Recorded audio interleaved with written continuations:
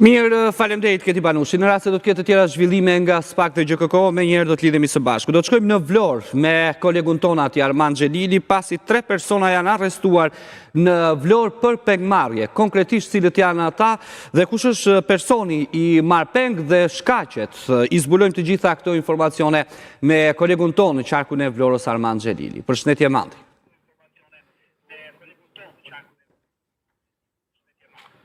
Të përshëndes, në fakt si kurse tha dhe ju, bëhet me dije që mbrëmjen e djeshme policia e Vlorës në bashkëpunim me forcat e ndërhyrjes së shpejtë ka ndërhyrë në një objekt, pra në një banesë, një pallat fare pranë policisë rreth 300 metra në Vija Ajrore, ku mbaj peng një 39 vjeçar i identifikuar si Fisnik Xhaka nga Mitrovica. Fisnik Xhaka mbaj prej 2 javësh peng nga 3 persona tashmë të arrestuar nga ana e bluve të Vlorës, Vilson Agaj, Orest Çorapaj dhe Julian Zogaj. Ajo çka ka alarmuar policinë e Vlorës ka që një telefonat nga një i afërm si pas burimit të policisë nga motra e Fisnik Xhakës nga Mitrovica, në të cilën ka shprehur policisë që vëllai i vet nuk kishte përgjigjur në telefon. Megjithatë, pas identifikimit ose pas këshyrjes edhe marrjes në pyetje të disa personave të tjerë, policia e Vlorës ka vlerësuar telefonatën duke shkuar pranë pallatit në të cilën mbaj prej 2 javësh personi 39 vjeçar. Ajo çka kemi arritur të zbulojmë nga burime konfidenciale, bëhet me dije se shkaki i pengmarrjes ka qenë një borxh për 70.000 euro pra prishje e pazareve të drogës, ku 39 vjeçari Fisnik Xhaka kishte dalë garant për 2 krahë të kundërta, për personin që do të blenin drogën dhe personi i cili do të shiste drogën. Të 2 personat në fakt këta që kanë marrë peng, 3 personi që kanë marrë peng, ja kanë kujtuar 39 vjeçarit se ishte ai garanti në cilën duhet të shlyej borxhi prej 70.000 euro, ndërkohë që ai nuk ka pranuar për të dhënë borxhi 70.000 euro.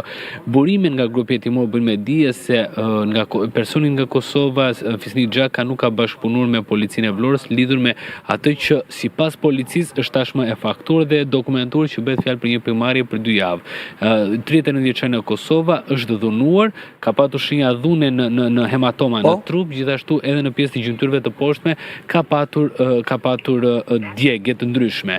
Çka sipas policisë, edhe nga marrja në pyetje e banorëve në lagjen Osman Haxhiu, ku dhe u arrit që të finalizojë me sukses operacioni për lirimin e personit i cili mbaj peng për 2 javë, është marrë në pyetje disa persona, gjithashtu janë qyrë dhe kamerat e sigurisë në cilën ndodheshin përreth. Në ambientin në të cilën ndodhej i marr peng 39 vjeçari, bëhet me dije se fillimisht është sjell në ato ambiente si një person i cili i njifte, pra duam të takojmë pak dhe mund të vish në Vlorë. Në momentin në cilin e kanë marrë në Vlorë, kanë shkuar në banesën e braktisur dhe aty e kanë mbajtur peng për 2 javë duke mos i lejuar më të dali.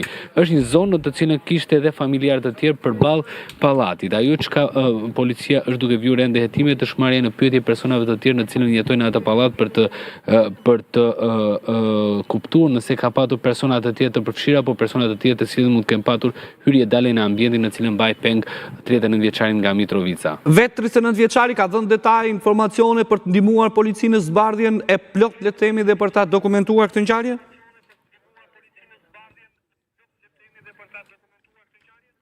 39 vjeçari nga Mitrovica nuk ka pranuar të bashkëpunojë me policinë lidhur me atë çka është quajtur dhe dokumentuar tashmë nga blut e Vlorës si një pengmarrje për 2 javë rresht. Por që sipas policisë personat, qoftë ai që është marrë peng apo edhe 3 personat e tjerë, policia ka dyshime të forta që janë persona të cilët kanë qenë të përfshirë në trafik të lëndëve narkotike, jo në vendin tonë, por në vende të Evropës. Megjithatë, edhe vetë pjesa në cilën flitet, pra borxhi për 70.000 euro, flitet në një vend të Evropës në të cilën 3 personat kanë dalë garant për blerjen e një sasie droge, ndërkohë që personin nga Mitrovica ka dalë garant tek vlerësi në cilën do të japi edhe do marrë drogën, por edhe do japi pagesën, në cilën në momentin në cilën ka marrë ka qenë si urë lidhse e 2 grupeve të ndryshme. Në momentin në cilën ka marrë drogën, nuk është bërë pagesa nga personi nga blerësi.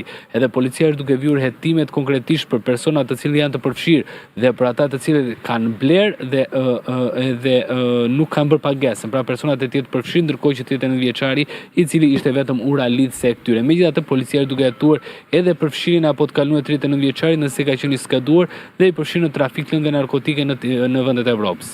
Faleminderit për gjitha këto detaje, Armand Xhelili. Nëse do të ketë zhvillime nga Vlora, më njëherë do të kërkoni linjën për të lidhur së bashku. Pa humbur kohë, shkojmë në një hapësirë të shkurtër publicitare, mos u largoni. Kthehemi pas pak me të tjera raportime të kolegëve tan për të përcjellë tek ju gjithçka që ndodh në kohë reale. Qëndroni në ekranin tonë.